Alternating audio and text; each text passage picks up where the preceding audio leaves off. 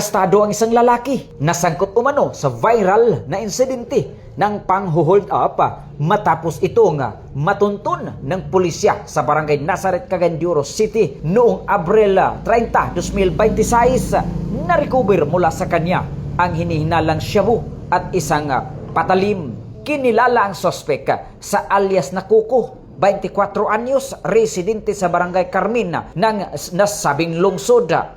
Agad na nagsagawa ng follow-up operations ang mga otoridad at natuntun ang sospeka sa 9th Street habang may dalang patalim.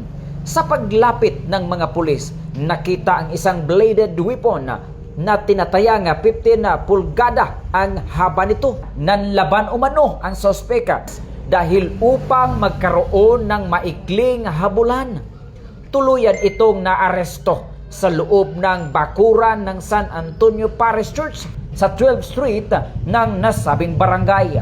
Sa isinagawang body search, na-recover ang 2 sachet ng hinihinalang shabu na may tinatayang bigat na 0.5 gramos kasama ang isang .4 at improvised scabbard ng patalim.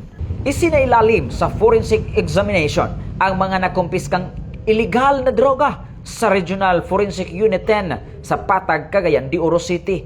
Sa kasalukuyan, nasa kustodiya na ng Police Station 9 ang sospeka habang inihanda na ang mga kasong paglabag sa RA 9165 at illegal possession of bladed weapon laban sa kaniya. Mula dito sa Campo Alagar, ako po ang inyong Police News Network correspondent mula sa Regional Public Information Office ng Police Regional Office 10, Corporal Joel Lazaro Subsuban, alagad ng batas, tagataguyod ng balitang pulis.